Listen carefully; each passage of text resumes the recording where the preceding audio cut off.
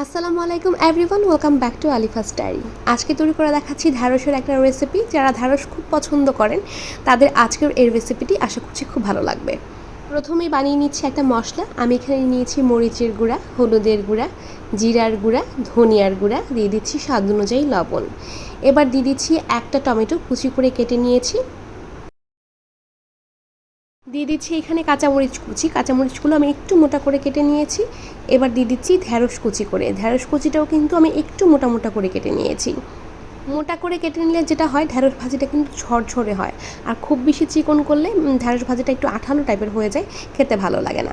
তো তারপর হচ্ছে মশলার সাথে খুব ভালোভাবে মিক্স করে নিয়েছি।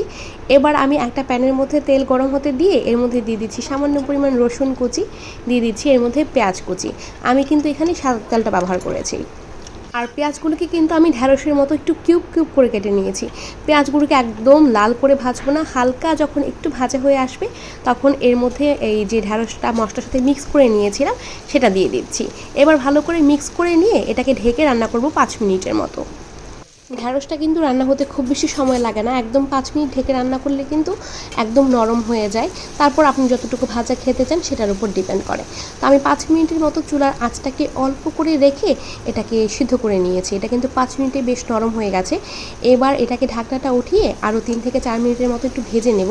আমি যেহেতু একটু ভাজা ভাজা খেতে পছন্দ করি সেজন্য একটু ভেজে নিচ্ছি।